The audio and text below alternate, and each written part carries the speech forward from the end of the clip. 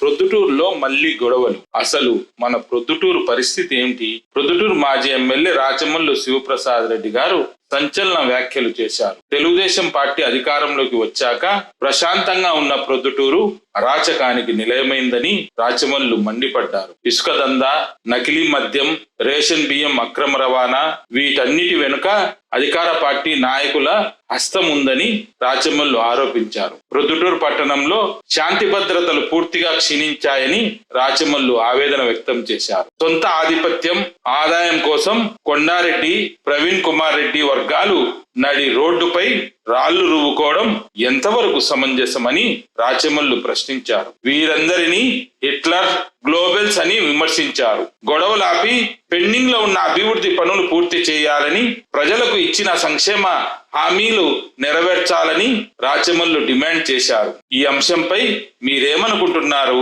Comment చేయండి. మరిన్ని updates కోసం ఇప్పుడే మన ఛానల్ ను సబ్స్క్రైబ్ చేసుకోండి. ప్రొద్దుటూరు నియోజకవర్గంలో ప్రస్తుత పరిస్థితులపై రాచమల్లు తీవ్రమైన వ్యాఖ్యలు చేశారు. తెలుగుదేశం పార్టీ అధికారంలోకి వచ్చిన తర్వాత నియోజకవర్గంలో శాంతి భద్రతలు పూర్తిగా దెబ్బతిన్నాయని, ప్రజలు భయాందోళనలకు గురవుతున్నారని రాచమల్లు ఆరోపించారు. గతంలో తమ ప్రభుత్వ హయాంలో అభివృద్ధి పనులు మరియు ప్రశాంతమైన వాతావరణం ఉండేదని, కానీ ఇప్పుడు పరిస్థితి భిన్నంగా ఉందని రాచమల్లు పేర్కొన్నారు. పట్టణంలో అక్రమ ఇసుక రవాణా, రేషన్ బియ్యం అక్రమ అమ్మకాలు, నకిలీ మద్యం విక్రయాలు, బెల్టు షాపులు మరియు మట్కా, జూదం వంటి కార్యకలాపాలు పెట్టరేగిపోయాయని రాచమల్లు ఆరోపించారు. ఇవన్నీ అధికార పార్టీ నాయకుల అండదండలతోనే జరుగుతున్నాయని రాచమల్లు విమర్శించారు. నియోజకవర్గంలోని తెలుగుదేశం పార్టీ నాయకులు వరదరాజుల రెడ్డి కుమారుడు కొండారెడ్డి మరియు మాజీ ఇన్ఛార్జ్ ప్రవీణ్ కుమార్ రెడ్డి మధ్య ఆధిపత్య పోరు మరియు ఆదాయం కోసం గొడవలు జరుగుతున్నాయని, దీనివల్ల సామాన్య ప్రజలు ఇబ్బంది పడుతున్నారని రాచమల్లు పేర్కొన్నారు. వీరిద్దరూ తమ స్వార్థం కోసం ప్రొద్దుటూరు పట్టణాన్ని అశాంతికి నిలయంగా మార్చారని రాచమల్లు ఆరోపించారు. నిన్నటి రోజున కొండారెడ్డి వర్గీయులకు మరియు ప్రవీణ్ కుమార్ రెడ్డి వర్గీయులకు మధ్య నడి రోడ్డుపై రాళ్లు రువ్వుకోవడం, గొడవలు జరగడం చాలా దుర్మార్గమని, దీనిపై పోలీసులు కఠినంగా వ్యవహరించి సుమోటాగా స్వీకరించి కేసులు నమోదు చేయాలని రాచమల్లు డిమాండ్ చేశారు. వైఎస్ఆర్సీపీ గతంలో చేపట్టిన అభివృద్ధి పనులను బస్టాండ్, కాలేజీ భవనాలు, బ్రిడ్జీలు, ప్రాథమిక ఆరోగ్య కేంద్రాలు, మార్కెట్, రోడ్లు మొదలైనవి ప్రస్తుత ప్రభుత్వం పూర్తి చేయాలని రాచమల్లు డిమాండ్ చేశారు. అలాగే ఎన్నికల ముందు ఇచ్చిన హామీలను నిరుద్యోగ భృతి, పెన్షన్, గ్యాస్ సిలిండర్లు, మహిళలకు ఉచితంగా ఇస్తామన్న డబ్బులు తదితర హామీలు నెరవేర్చాలని రాచమల్లు డిమాండ్ చేశారు. కొండారెడ్డి మరియు ఉక్కు ప్రవీణ్లను ఉద్దేశించి ఒకరిని హిట్లర్, నియంత, హింసావాదిగా, మరొకరిని గోబెల్స్, అబద్ధాన్ని నిజమని నమ్మించగల దిట్టగా రాచమల్లు సంబోధించారు. ఏ రాజకీయ పార్టీకి సంబంధించిన వారైనా ఇళ్లపైకి జనాన్ని పంపడం, దాడులు చేయడం సరికాదని, ఇది మంచి సంస్కృతి కాదని రాచమల్లు అన్నారు. ఇకనైనా హింసావాదాన్ని విడనాడి ప్రశాంతమైన వాతావరణాన్ని కాపాడాలని, అభివృద్ధి మరియు సంక్షేమంపై దృష్టి పెట్టాలని రాచమల్లు విజ్ఞప్తి చేశారు. ఇంకా రాచమల్లు గారు ఏమన్నారో ఆయన మాటల్లోనే మీరు తిలకించండి. ప్రొద్దుటూరు నియోజకవర్గ ప్రజలందరికీ మీ బిడ్డలాంటి రాచమల్లు హృదయపూర్వకంగా నమస్కరిస్తూ, ప్రొద్దుటూరులో గత 2 సంవత్సరాలుగా తెలుగుదేశం పార్టీ అధికారంలోకి వచ్చినప్పటి నుంచి ప్రొద్దుటూరు నియోజకవర్గ వ్యాప్తంగా ప్రొద్దుటూరు పట్టణంలో జరుగుతుండే పరిస్థితులన్నిటినీ ప్రజలు గమనిస్తూనే ఉంటారు. కానీ ఓ ప్రజాప్రతినిధిగా 10 సంవత్సరాలు ఎమ్మెల్యేగా మీరు పెట్టిన భిక్ష ద్వారా నేను 10 సంవత్సరాలు ఎమ్మెల్యేగా కొనసాగిన ఆ కృతజ్ఞతా భావంతో నేను ఎప్పటికీ నా శ్వాస ఆగిపోయేంత వరకు ఈ ఊరి అభివృద్ధి కోసం, ఈ ఊరి నియోజకవర్గంలో ఉండే ప్రజల యొక్క సంతోషం కోసమే నేను పనిచేయాలి. నా వ్యక్తిగతమైనటువంటి అయిష్టాల కంటే కూడా మీ ఇష్టాలతోనూ, మీ అభివృద్ధితోనూ, మీ సంతోషంతోనూ నా జీవితం ముడిపడి. అందుకే నేను అధికారంలో ఉన్న 5 సంవత్సరాల కాలంలో కూడా ఎంతో నేను ఆదర్శవంతంగానే నేను ఉన్నా. ప్రజలారా, ఎక్కడే గాని తెలుగుదేశం పార్టీకి సంబంధించిన వారిపైన కక్ష సాధింపు చర్యలు గాని, తప్పుడు కేసులు నమోదు చేసే కార్యక్రమం గాని, వాళ్ళను బాధపెట్టే ప్రయత్నం గాని చేయలేను. ఈ ఊర్ను ప్రశాంతంగా ఉంచడానికి నేను నా శాయశక్తుల ప్రయత్నం చేసిన, సఫలీకృతం కాగలిగిన, వ్యాపారస్తులకు అండగా నిలబడగలిగిన, రక్షణ గోడగా నిలబడగలిగిన ఆనాడు. మేమున్న 5 సంవత్సరాల అధికారం ఉన్న కాలము ప్రొద్దుటూరు నియోజకవర్గం, ప్రొద్దుటూరు పట్టణం వ్యాపారస్తులకు ఎంతో అండగా ఉండేది. ఎంతో ప్రశాంతమైన వాతావరణం ఉండేది. ఒకవైపు అభివృద్ధి జరిగింది. ఎక్కడ చూసినా రోడ్లు వేసినాం, ఎక్కడ చూసినా కాలువలు కట్టినాం, మంచినీళ్లు తెచ్చినాం, పార్కులు కట్టినాం, రోడ్లు వెడల్పు చేసినాం, డివైడర్లు చేసినాం, ట్రాన్స్ఫార్మర్స్ తొలగించినాం, అందమైన పార్కులు తయారు చేసినాం, కొత్త బస్టాండ్ తీసుకొచ్చినాం, కొత్త కాలేజీ భవనాలు తీసుకొచ్చినాం, బ్రిడ్జీలు తీసుకొచ్చినాం, కొత్త మార్కెట్ కు డబ్బులు తీసుకొచ్చినాం, పైప్ లైన్ కు డబ్బులు తీసుకొచ్చినాం, కాలువల ఆధునీకరణకు డబ్బులు తీసుకొచ్చినాం, గవర్నమెంట్ హాస్పిటల్ కు డబ్బులు తీసుకొచ్చినాం, ప్రాథమిక ఆరోగ్య కేంద్రాలను అందంగా తీర్చిదిద్దగలిగినాం, ఊర్లో ఉండే స్కూళ్ళన్నీ అద్భుతంగా అభివృద్ధి చేయగలిగినాం, వందల కోట్ల రూపాయలు, వేల కోట్ల రూపాయలు సంక్షేమ పథకాలతో పేదవారికి ఉపయోగపడగలిగినాం. ఇంత అభివృద్ధిని, సంక్షేమాన్ని ఒకవైపు అందిస్తూ మరొక వైపు ఈ ఊర్లో ఎక్కడే గాని గొడవలు లేకుండా ప్రశాంతమైన వాతావరణాన్ని మీకు అందించగలిగినాను. ఈ విషయాన్ని మీకు నేను చెప్పుకునేదానికి సంతోషపడతా ఉన్నా. వైఎస్ఆర్ కాంగ్రెస్ పార్టీ నాయకునిగా గర్వపడతాను. ప్రజలారా, నా ఊరు ఎప్పుడు ఇట్నే ఉండాలని కోరుకునేను. కానీ 2 సంవత్సరాలైంది తెలుగుదేశం పార్టీ వచ్చి. మీరే గమనిస్తున్నారు, ఎన్నికల కంటే ముందు వాళ్ళు ఇచ్చిన హామీలు ఏమైతే ఉన్నాయో సంక్షేమ పథకాలకు సంబంధించి అవి నెరవేర్చినారా ప్రజలారా? వీళ్ళు నేను అడుగుతా ఉన్న వాళ్ళను, మీరు చెప్పిన హామీలు ఒక్కటంటే ఒకటి.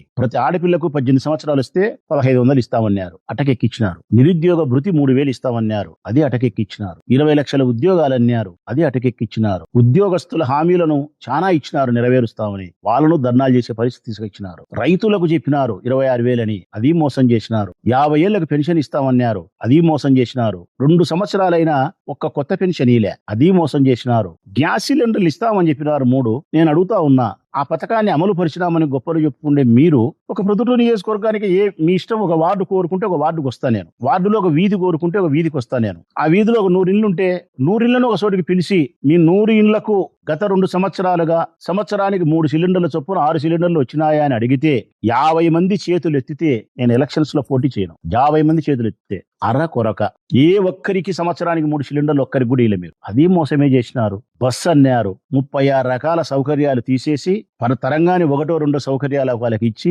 ఆ 1-2 సౌకర్యాలు కూడా సంవత్సరం తర్వాత ఇచ్చి, ఇప్పుడు సంవత్సరం గడచగతలికే ఇప్పుడు మళ్ళా దాన్ని ఎలక్ట్రికల్ బస్సులని ప్రైవేట్ పరం అని చెప్పి మళ్ళా అది గుండుసున్నా జుట్టే ప్రయత్నం చేస్తున్నారు. రైతులకు మద్దతు ధర అన్నారు, అది మోసం చేసినారు. గిట్టుబాటు ధర లేకుండా చేసినారు. ప్రకృతి వైపరీత్యాల వల్ల దెబ్బతింటే ఆ నష్టపరిహారం చెల్లించకుండా వినారు. సంక్షేమం లేదు, ఈ ఊర్లో అభివృద్ధి లేదు. ఎక్కడే గాని ఓ రోడ్డు గాని కాలువ గాని నిర్మించిన దాఖలాలే లేవు. ఈ 2 లేకపోవడం పైగా మరొకటి, ఎక్కడ చూసినా మీరు ప్రొద్దుటూరు నియోజకవర్గంలో ప్రజలారా మీరు గమనించండి, చౌక దుకాణాల ద్వారా పేద ప్రజలు తినాల్సిన బియ్యాన్ని నల్ల బజారుకు తరలించి కోట్ల రూపాయలు దండుకుంటే దానికి తెలుగుదేశం పార్టీకి సంబంధించిన కౌన్సిలర్లే బహిరంగంగా అమ్ముకుంటున్నారు. వరదరాజరెడ్డి కుమారుడు కొండారెడ్డి గారి నాయకత్వంలోనే జరుగుతా ఉంది. అసలు చౌక దుకాణానికి బియ్యం రాకుండా గోడౌన్ నుంచే లారీలే అమ్ముతున్నారు. ఎవరం మీద కూడా చెప్పినాం మేము. ఇసుక అమ్ముతున్నారు విచ్చలవిడిగా. రోజుకి 20-30 లక్షల రూపాయలు విలువ చేసే ఇసుక ఒక చోటనే చౌడూరు దగ్గర ఉండే ఏట్లో నుంచే రోజుకు 30 లక్షల రూపాయలు ఇసుక అమ్ముకుంటున్నారు. ఇక్కడ ఉండే ఏట్లో కాదు, ఎవరికి దొరికిన ఇసుక వాళ్ళు అమ్ముకొని కోటీశ్వరులు అవుతున్నారు. తెలుగుదేశం పార్టీ అధికారంలో వచ్చినప్పటి నుంచి కొండారెడ్డి నాయకత్వం. మందు విచ్చలవిడి నకిలీ మందు, విచ్చలవిడి గోవా మందు, ఎక్కడ చూసినా ఊరా 2-3 బెల్ట్ షాపులు, సంసార నివాసాలు ఉండే చోట ఆడపిల్లలు విద్యార్థులు చదువుకునే పిల్లల చోట కూడా, అది వైఎంఆర్ కాలనీ మోటు కావచ్చు, ఆర్ట్స్ కాలేజ్ రోడ్డు కావచ్చు, సాయిబాబా కొట్టాల దగ్గర కావచ్చు, జన నివాసం ఉండే చోట, ఆడపిల్లలు ఉండే చోట బ్రాందీ షాపులు 24 గంటలు, బార్లు 24 గంటలు, ఎంఆర్పి ధరలు 20-30 రూపాయలు ఎక్కువ ఎంఆర్పి ధర కంటే ఏ బెల్ట్ షాపులైనా గానీ నకిలీ మందు వస్తాది, గోవా మందు వస్తాది. రోజు మన పేపర్లలో చూస్తానే ఉండాం. ఇది వాళ్ళే, తెలుగుదేశం పార్టీ వాళ్ళే. మందు అమ్ముతున్నారు, ఇసుక అమ్ముతున్నారు, బియ్యం అమ్ముతున్నారు. ఇవి చాలా విలువైనటువంటి 100 కోట్ల రూపాయలు విలువ చేసే ప్రభుత్వ భూములను చేస్తున్నారు. చిక్కినోడు 3 సెంటు 4 సెంటు కట్టుకోవడం, అమ్ముకోవడం, ఎకరాలు కొండారెడ్డి తీసుకునేదానికి ప్రయత్నం చేయడం ఇష్టానుసారంగా. ఇది కాకుండా మళ్ళా సెటిల్మెంట్లు చేస్తున్నారు, పంచాయతీలు డబ్బులు తీసుకుంటున్నారు. ఇది కాకుండా మళ్ళా మేము జూదం ఉండకూడదని చెప్పి క్లబ్బులు మూసేస్తే ఈ 2 సంవత్సరాల కాలంలో జార్జి క్లబ్ తెరిచినారు. ఇంకా కొన్ని చోట్ల రూములలో మంగతయాడుతున్నారు, కంపషెట్లలో మంగతయాడుతున్నారు. అది జాలదని క్యాష్ లో పెట్టినారు, గోవాకు తీసుకుపోయి. మట్కా ఎక్కువైపోయింది. ఇన్ని రకాల అసాంఘికమైన కార్యకలాపాలను ప్రొద్దుటూరుకు కేర్ ఆఫ్ అడ్రస్ గా చేసి ఒక్కసారి మీరు వాళ్ళ స్టేట్మెంట్స్ పాతవి వినండి ప్రజలారా, ప్రొద్దుటూరు ప్రజలారా. వరదరాజరెడ్డి గారు ఏం మాట్లాడినారు, కొండారెడ్డి ఏం మాట్లాడినాడు, ఆ పిల్లోడు ప్రవీణ్ ఏం మాట్లాడినాడు వినండి. ఈ ప్రొద్దుటూరు అంతా ఏందో అరాచకం అయిపోయినట్టు, అసాంఘిక కార్యకలాపాలకు అడ్డయినట్టు, మేము వచ్చిన తర్వాత దీన్ని ఉక్కుపాదం మోపుతామని చెప్పినట్టు, సబ్ రిజిస్టర్ ఆఫీసులు అసలు ఆస్తులే మారుస్తామని మాట్లాడినారు. ఈ రోజు ఎక్కడ చూసినా మట్కా ఉంది, ఎక్కడ చూసినా జూదం ఉంది, క్లబ్బులు బహిరంగంగా తెరిచినారు, బియ్యం అమ్ముతున్నారు, ఇసుక అమ్ముతున్నారు, మందు అమ్ముతున్నారు, భూములు ఆక్రమిస్తున్నారు, సెటిల్మెంట్ చేస్తున్నారు, కాంట్రాక్ట్ వర్క్స్ ఏదన్నా రాని అది కొండారెడ్డి పర్లపాడు మహేశ్వర్ రెడ్డి దౌర్జన్యకరంగా తీసుకోవాలా, వాళ్ళే నాసిరకంగా చేసుకోవాలా, వాళ్ళే సంపాదించుకోవాలి. ఈ పని ఒక్కదాని విషయంలో మాత్రం టెండర్ ప్రవీణ్ వేస్తాడు కాబట్టి ప్రవీణ్ దగ్గరికి పోయి పర్లపాడు మహేశ్వర్ రెడ్డి పోతాడు ప్రవీణ్ దగ్గరికి. ప్రతి పనికి 20 లక్షలు 30 లక్షల రూపాయలు ప్రవీణ్ కు కప్పం కడతానాడో కట్టలేదో వాళ్ళ అమ్మ మీద ఒట్టేసి చెప్పమను చాలు. నేను మా అమ్మ మీద ఒట్టేసి చెప్తా. పొయ్య మహేష్ చెప్పమను, లేకుంటే ప్రవీణ్ చెప్పమను. మీ ఇంటికాడికి పర్లపాడు మహేష్ వస్తానాడా రాలేదా, ప్రతి కాంట్రాక్ట్ వర్క్ విషయంలోనూ నీకు 20 లక్షలు 10 లక్షలు ఆ వర్క్ కు తగినటువంటి మూల్యం కప్పం నీకు కడతానారా కట్టలేదా. వరదరాజురెడ్డి కుమారుడు కొండారెడ్డి పర్లపాడు మహేష్ పంపిస్తాడు. ఆడ మాత్రం లెక్కలు తీసుకుంటే కాడ మాత్రం మీరు సర్దుబాటు అయిపోతారు. ఇవన్నీ ప్రొద్దుటూరులో జరుగుతున్నాయి ప్రజలారా. ఇవన్నీ జరిగిన దానికంటే కూడా నాకు పెద్ద బాధ కలిగే అంశం ఏంటంటే, మీరు సంక్షేమాన్ని అందించనందుకంటే, అభివృద్ధి చేయకుండా ఉండేదానికి ఉండే బాధ కంటే, మీరు అసాంఘిక కార్యకలాపాలను ప్రోత్సహిస్తా ఉండేదానికంటే కూడా నాకు ఎక్కువ బాధ కలిగేది ఏంటంటే గన, ప్రొద్దుటూరులో శాంతి భద్రతలు క్షీణింపజేసే దానికోసం మీరు దోహదపడుతున్నారు చూడే, ఇది మరింత దుర్మార్గం. ప్రొద్దుటూరులో గొడవ వాతావరణాన్ని మీరు తీసుకొస్తున్నారు చూడే, శాంతి భద్రతలకు భంగం కలిగించి, ఈ ఊర్లుండే వ్యాపారస్తులకు భయభ్రాంతులు కలిగించి, సామాన్య మనుషులకు భయాన్ని కలిగించే విధంగా మీరు గొడవలకు శ్రీకారం చుట్టినారు చూడే, ఇది నన్ను బాధ కలిగించేదే కాదు, ఈ ప్రొద్దుటూరు సమాజం మిమ్మల్ని ఎప్పటికీ క్షమించదు. ప్రొద్దుటూరు సమాజానికి మీరు మోకాళ్ళ మీద నిలబడి క్షమాపణ చెప్పాల్సిన పరిస్థితి. దీనికి కారణం అభివృద్ధి కంటే గొప్పది శాంతి. ఏ నియోజకవర్గంలో అయితే, ఏ ఊర్లో అయితే ప్రశాంతమైన వాతావరణం ఉంటుందో ఆ ఊరు సంతోషంగా ఉంటుంది, ఆ ఊరు అభివృద్ధి జరుగుతుంది. అభివృద్ధి జరగాలంటే ముందు శాంతియుతమైన వాతావరణం ఉండాలి. శాంతియుతమైన వాతావరణం లేకుండా అభివృద్ధి జరగదు. అభివృద్ధి జరిగినా దాన్ని అనుభవించడానికి మనుషులు సక్రమంగా ఉండరు. దీనికోసం నేను చాలా శ్రమించిన ప్రజలారా 5 సంవత్సరాల కాలం. ఇప్పుడు వీళ్ళు వచ్చిన తర్వాత నిన్నటి దినమే చూసుకుందాం, తెలుగుదేశం పార్టీకి సంబంధించిన వరదరాజిరెడ్డి కుమారుడు కొండారెడ్డి వర్గీయులు, అటుపక్క ప్రవీణ్ కుమార్ రెడ్డికి సంబంధించిన ప్రవీణ్ కుమార్ రెడ్డి వర్గీయులు, ఇద్దరు బాహాబాహి రోడ్డుకెక్కి ఎస్ఎస్ మాల్ విషయమై ఆ కూరగాయల మార్కెట్ దగ్గర, ఆ కూరగాయల మార్కెట్ కు మన ఆడోళ్ళు పోతారు, పిల్లోళ్ళు పోతుంటారు, పెద్దోళ్ళు పోతుంటారు, బజార్ అమ్మడి మనుషులు పోతా ఉంటారు. అటుపక్క వాళ్ళు ఒక 100 మంది, ఇటుపక్క వీళ్ళు ఒక 100 మంది, కొండారెడ్డి వాళ్ళు. ఈ పక్క కొండారెడ్డి వాళ్ళు 100 మంది, ఆ పక్క ప్రవీణ్ వాళ్ళు 100 మంది, 50 మంది. ఇంతింత రాళ్లు వేసుకుంటున్నారు. ఇంతింత రాళ్లు ఎక్కడ ఆ రాయి వాళ్ళకి తగిలి చచ్చిపోయినా గానీ వాళ్ళ కుటుంబ సభ్యులు ఏమవుతారు? ఒకవేళ వాళ్ళకి తగిలితే తగిలి అది వేరే విషయం, వాళ్ళు సచ్చారో బతుకుతారో చంపుతారో. మార్కెట్ పోయిన వాళ్ళు, బజార్ నడుచుకుంటూ పోయేటోళ్లకు, ఈ గొడవకు సంబంధం లేని, రాజకీయాల సంబంధం లేని మనుషులకు ఎవరికైనా తలకు ఆ రక్తం తలకు గన ఆ గాయం అయితే, రాయి తగిలితే బ్రతుకుతాడా చచ్చిపోడా? ఇంత విచక్షణ జ్ఞానం లేకుండా ఇంత బరి తెగించి మీరు నట్టి నడి బజారుకి వీధి రోడ్డుల మాదిరి మీరు రాళ్లతో రాళ్లు విసురుకుంటా కొట్టుకుంటా మీరు కేకలేసుకుంటా ఇంత జరుగుతా ఉంటే పోలీసులు ఉన్నారు ఆన్నే. ప్రొద్దుటూరు ఉండే పోలీసులు అందరూ ఆన్నే ఉంటారు. రైట్, పోలీసు వాళ్ళకి ఏం తెలుస్తుంది, ఏం చేస్తారని అనొచ్చు. వాస్తవమే, వీళ్ళు కొట్టుకుంటారు చేసుకుంటారు అనేది పోలీసు వాళ్ళకు ముందస్తుగా తెలుసు కాబట్టి ఎస్ఎస్ మాల్ దగ్గర పోయి గొడవ జరుగుతుందని చెప్పి వాళ్ళ జాగ్రత్తలు వాళ్ళు తీసుకొని ప్రవీణ్ని పిలుచుకొని ఇంటికాడ ఇడిచిపెట్టి ఏదో తిప్పలు పన్నారు. రాళ్ళు వేసుకునేది వాళ్ళ తెలిసిన తర్వాత నివారించే ప్రయత్నం చేసినారు, బానే ఉంది. పోకపోతే లాఠీ చార్జ్ చేస్తారు. ఇప్పుడు కేసులు పెట్టినారా పోలీసులు? వాళ్ళు కంప్లైంట్ ఇయ్యరు, వీళ్ళు కంప్లైంట్ ఇయ్యరు. సో వాళ్ళు కంప్లైంట్ ఇవ్వకపోయినా, వీళ్ళు కంప్లైంట్ ఇవ్వకపోయినా సుమోటుగా పోలీసు వాళ్ళు కేసు పెట్టరా? అటుపక్క 100 మంది, ఇటుపక్క 100 మంది కలిసి రాళ్లు వేసుకుంటే, బాంబులు వేసుకుంటే, ఇంకోటి వేసుకుంటే కేసులు పెట్టరా? కంప్లైంట్ ఇయ్యలేదని చెప్పి గమ్మున ఉంటారా? ఎక్కడైనా గానీ సివిల్ మ్యాటర్ లో అయితే, ఏదైనా ప్రాపర్టీకి సంబంధించిన ఇష్యూస్ అయితే గన నేను నువ్వు వ్యక్తి పోయి కంప్లైంట్ ఇవ్వాలా. క్రిమినల్ యాక్టివిటీకి సంబంధించి ఎప్పుడైనా సరే, క్రిమినల్ యాక్టివిటీకి సంబంధించి వాళ్ళే నేరం జరిగిందని కంప్లైంట్ ఇవ్వాల్సిన అవసరం లేదు. పోలీసులకు ఇది తెలియని చట్టం ఏం కాదు, అందరికీ తెలిసినదే. 41 సిఆర్పి ప్రకారము సుమోటుగా వాళ్ళు కేసు కట్టొచ్చు, మనం ఎవరు పోయి కంప్లైంట్ ఇవ్వచ్చు. నాకు తెలిసినంత వరకు లోకల్ స్టాండ్ అంటారు. లోకల్ స్టాండ్ అంటే ఎవరైనా కంప్లైంట్ ఇవ్వచ్చు. మరి పోలీసులు కేసులు కట్టరు. కారణం, తెలుగుదేశం పార్టీకి సంబంధించిన నాయకులు బాహాబాహిగా నట్టి నడిపదాల్లో రాళ్ళు వేసుకున్నా, బాంబులు వేసుకున్నా, అది ఎవరికి తగిలి ఎవరు సచ్చినా బతికినా కూడా పోలీసులు కేసులు కట్టరా? ఇదెక్కడి న్యాయం అండి? ఇదెక్కడి చట్టం? నేను పోలీసులకు విజ్ఞప్తి చేస్తా ఉన్నా, ఇంత ప్రొద్దుటూరు సమాజానికి భయాన్ని కలిగించే విధంగా, ప్రొద్దుటూరు పౌరుల యొక్క ప్రాణాలకు ఇబ్బంది కలిగించే విధంగా నట్టి నడి రోడ్లో రాళ్ళు వేసుకుంటే, ఇంత లావు రాళ్ళు వేసుకుంటే, మీ సమక్షంలో వీడియోలుండి మీ సమక్షంలో జరిగితే మీరు సుమోటోగా ఎందుకు కేసు కట్టారు? అటుపక్క 100 మందో, ఇటుపక్క 100 మందో ఎంతమంది అయితే ఉండారో మీరు వీడియోలలో గమనించి వాళ్ళందరినీ ముద్దాయిలు చేయాల్సిన బాధ్యత, కేసు రిజిస్టర్ చేయాల్సిన బాధ్యత పోలీస్ శాఖ పైన ఉందని చెప్పి నేను డిమాండ్ చేస్తా ఉన్నాను. కానీ మీరు కేసు కట్టరు. తప్పనిసరిగా ఈ రోజు ఎవరో గురించి మీ కంప్లైంట్ ఇస్తారు బాధితులు. కంప్లైంట్ ఇచ్చిన తర్వాత కూడా మీరు కేసు కట్టకపోతే కదా హైకోర్టులో వేయాల్సి వస్తుంది, హైకోర్టులో కేసు వేయాల్సి వస్తుంది. దీని మీద దయచేసి పోలీసులు నేను విజ్ఞప్తి చేస్తా ఉన్నా, ప్రొద్దుటూరు సమాజాన్ని శాంతియుతమైన వాతావరణం ఉంచడానికి ఇటువంటి రాజకీయ వర్గాలు అల్లరి మూకలుగా సమాజాన్ని భయప్రాంతాలకు గురి చేసేటప్పుడు, శాంతి భద్రతలకు భంగం కలిగించేటప్పుడు వారిపైన చట్టపరమైనటువంటి యాక్షన్ తీసుకోవాల్సిన బాధ్యత పోలీస్ శాఖ పైన ఉంది. వారిపైన తగు రీతిన కేసులు నమోదు చేయాల్సిన బాధ్యత మీ పైన ఉంది. మీరు ఆ బాధ్యత స్వీకరించకపోతే ఆ బాధ్యతను మీ చేత అమలు పరచడానికి మేము న్యాయస్థానాన్ని ఆశ్రయించాల్సిన పరిస్థితి కూడా మా పైన ఉంది. ఒక ప్రజలను అడుగుతా ఉన్నా నేను, వీళ్ళ గొడవకు కారణమేమి? రెండే రెండు ప్రజలారా, కొండారెడ్డికి ప్రవీణ్ గొడవకు కారణం ఏంటంటే రెండే రెండు. ఒకటి ఆదాయం కోసం, రెండు ఆధిపత్యం కోసం. ఒకటి ఆదాయం కోసం, ఒకటి ఆధిపత్యం. కాంట్రాక్ట్ వర్కుల కాడైతే పల్లపాడు మహేశ్వరుడి పోయి రాజీ పడతారు, ఇంకొక విషయంగా రాజీ పడకుంటే కొట్లాడు. చెప్పినా కదా నేను, బొల్లవరం దగ్గర ఉండబడినటువంటి భూమి ఏదైతే ఉందో, అసైన్మెంట్ ల్యాండ్ ఏదైతే ఉందో 10 ఎకరాల భూమి, 9 ఎకరాల 60 సెంట్లు, అందులో కొంత 1 ఎకరాకు 2 ఎకరాలకు సంబంధించి ఆ అగ్గిరాముడు అనే వాళ్ళతో నుంచి అగ్రిమెంట్ చేసుకున్నాడు ప్రవీణ్. ఎప్పుడో 15 ఏళ్ల కిందట. ఆ అగ్రిమెంట్ చెల్లదు, చేసుకున్నాడు. నేను చేసుకున్న అగ్రిమెంట్ భూమి నాది అని ప్రవీణ్ అంటాడు.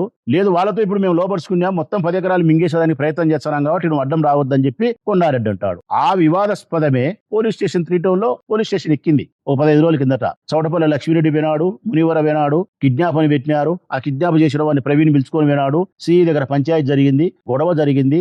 ఆ భూమి విషయమయ్యే, ఆ 150 కోట్ల భూమికి సంబంధించిన విషయమై 1 ఎకరాకు 2 ఎకరాలకు ప్రవీణ్ కూడా అగ్రిమెంట్ ఉందని చెప్పి ఆయన ప్రయత్నం చేసి దానికి తకరారు. అక్కడ లెక్కాచారాలు కుదరక ఈ గొడవ. అంటే ఆదాయాలు పంచుకుండే చోట ఇసుక నువ్వే అమ్ముకుంటున్నావు, నేను అమ్ముకోలే. జూదం నువ్వే జరుపుతున్నావు, నేను జరపలే. మందు నువ్వే అమ్ముకుంటున్నావు, నేను అమ్ముకోలే. ఆదాయ వనరుల దగ్గర ఒకటి, రెండవది ఆధిపత్యం. నేను ఎమ్మెల్యేను, నేను చెప్పిందే జరగాల. ఈ ఊర్లో నా ప్రకారమే ఆదాయం గాని, పేరు ప్రఖ్యాతి మొత్తం నాదే హుకుం. ఏ సీఐ అయినా ఎంఆర్ఓనే ఎవడే నా దగ్గరికి రావాలి, నా ప్రకారం రావాలని ఈయనంటాడు. నేను తెలుగుదేశం పార్టీలో అన్నిలో కష్టపడినటోని, ఇన్ఛార్జిగా ఉన్నటోని, నాకు పెత్తనం లేకుండా ఎట్టుంటుంది, నాకు కూడా పెత్తనం ఉంది, నేను తెలుగుదేశం పార్టీ అని చెప్పి ఈయనంటాడు. అంటే వీళ్ళ ఆదాయాల కోసం, వీళ్ళ ఆధిపత్యాల కోసం ప్రొద్దుటూరు పట్టణాన్ని శాంతి భద్రతలకు దూరంగా ప్రజలు భయభ్రాంతులకు గురి చేసే విధంగా గొడవలు పడతారా?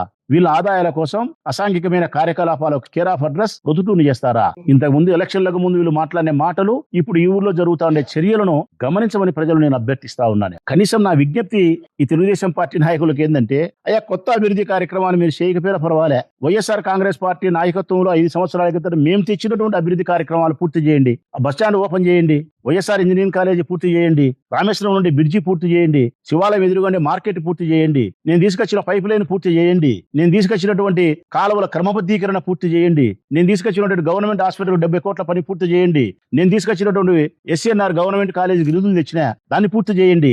మేము ఏ అభివృద్ధి కార్యక్రమాలకైతే జగన్మోహన్ రెడ్డి గారి దగ్గర నిధులు తెచ్చినామో, సగం పనులు చేసినట్టు కొన్ని పనులు చేసినట్టు కొన్ని ఉంటే ఆ పనులు పూర్తి చేయమని చెప్పి మిమ్మల్ని విజ్ఞప్తి చేస్తా ఉంది ప్రొద్దుటూరు ప్రజానీకం. ఆ ప్రొద్దుటూరు ప్రజల తరపునే నేను విజ్ఞప్తి చేస్తా ఉన్నా.